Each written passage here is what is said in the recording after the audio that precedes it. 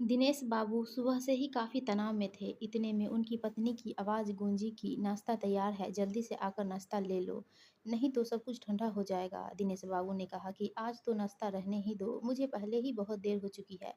पत्नी ने अपना पूरा हक जमाते हुए कहा कि कोई देर नहीं हो रही, सारे काम छोड़कर पहले नाश्ता करो, क्योंकि जाने से पहले आपको ब्लड प्रेशर की दवाई भी खानी है और डॉक्टर ने खाली पेट दवाई खाने से मना किया हुआ है। जैसे ही दिनेश बाबू नाश्ते की मेज पर बैठे, उनकी पत्नी ने कहा कि आज जाने से पहले घर खर्च के लिए पैसे देते जाना। दिनेश बाबू, जो पहले से ही दिमागी तौर पर परेशान थे, उन्होंने बीवी से कहा कि अभी दिन शुरू हुआ नहीं और तुमने पैसे मांगने शुरू कर दिए हैं। तुम्हें कई बार समझा चुका हूँ कि सुबह सुबह काम पर जाते समय मेरे से पैसे मत मांगा करो। बीवी ने बिना आव ताव देखे कहा कि मैंने जब कल शाम को पैसे माँगे थे, तो उस समय आप कह रहे थे कि अभी सारे दिन का काम से थका हुआ आया हूँ, घर आते ही पैसे माँगने शुरू कर दिए हैं। अब आप ही मुझे बताओ कि घर चलाने के लिए तुमसे किस समय पैसे माँगूँ? दिनेश बाबू ने कहा कि जब हमारी नई-नई शादी हुई थी तो तुम बहुत अच्छी थी, कभी भी मेरे से पैसा नहीं माँगती थी। पत्नी ने कहा कि यह मस्केबाज़ी छोड़ो और जल्दी से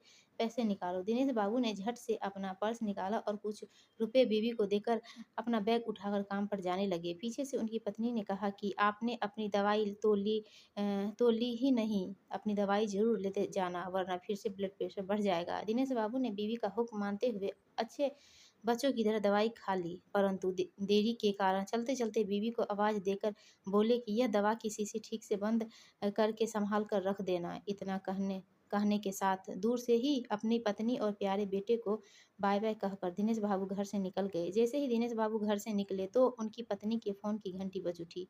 फ़ोन पर अपनी बहन से गप्पे मारने में इतनी व्यस्त हो गई कि उसे यह भी ध्यान नहीं रहा कि पति महोदय दवाई की शीशी को सँभाल कर रखने को कह गए थे। कुछ ही देर में खेलते हुए दिनेश बाबू के बेटे की नज़र उस शीशी पर पड़ी। शीशी का ढक्कन खुला देखकर कुछ देर उससे खेलते हुए उसने झट से दवा की शीशी मुँह से लगा लिया। यह दवा बड़े लोगों को बहुत अधिक ब्लड प्रेशर की बीमारी के दौरान काफ़ी कम मात्रा में दी जाती है, जबकि इसके बेटे ने अनजाने में सारी शीशी एक ही घूँट में खाली कर डाली। दवा पीने के कुछ समय तक तो बच्चा खेलता रहा, फिर अचानक नीचे फर्श पर गिर पड़ा। उसके गिरने की आवाज़ से दिनेश बाबू की पत्नी का ध्यान फ़ोन से हटकर बच्चे की ओर गया। जैसे ही वे बच्चे के पास पहुँची तो देखा कि मेरा बेटा बेहोश हो चुका है। बिना एक पल की देरी किए वे अपने बच्चे को लेकर नज़दीकी के अस्पताल में ले गई। डॉक्टरों ने चेकअप करने के बाद कहा कि आपने बच्चे को लाने में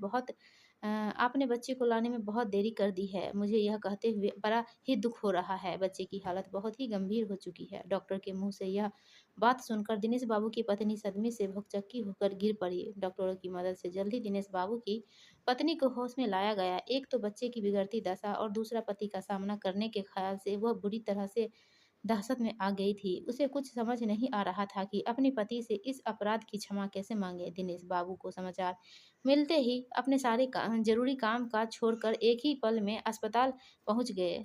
सारे रास्ते उनके मन में यह विचार आ रहे थे कि औरतें छोटी से छोटी ज़िम्मेदारी ठीक से क्यों नहीं निभा पाती। आज पत्नी की एक छोटी-सी भूल के कारण हमारा प्यारा बच्चा हमारे हाथ से निकलता जा रहा है। अस्पताल पहुँचने पर अपने बेटे का बुरा हाल देखते ही दिनेश बाबू के मन में बिजली सी कौंध गई। दीवार से सटकर खड़ी हुई पत्नी की ओर देखकर दिनेश बाबू के मन में एक ज़बरदस्त बदलाव आया। उन्होंने अपनी पत्नी के कंधे पर हाथ रखते हुए कहा कि इस दुःख की घड़ी में मैं तुम्हारे साथ हूँ। तुम यह बिल्कुल मत सोचो कि हमारे बेटे की इस दशा के लिए सिर्फ़ तुम दोषी हो, क्योंकि गलती हम दोनों से ही हुई है और हम दोनों ही बराबर के कसूरवार हैं। छोटी से छोटी गलती पर अपनी बीवी को बुरा-भला कहने वाले दिनेश बाबू की पत्नी को अपने पति के इस अचानक बदलाव का कारण समझ में नहीं आया। दिनेश बाबू ने अपनी भावनाओं पर काबू रखने के साथ पत्नी को हौसला देते हुए कहा कि हमारा बेटा इस समय ज़िंदगी और मौत के बीच जूझ रहा है। ऐसे में यदि मैं तुम पर गुस्सा भी करूँगा तो भी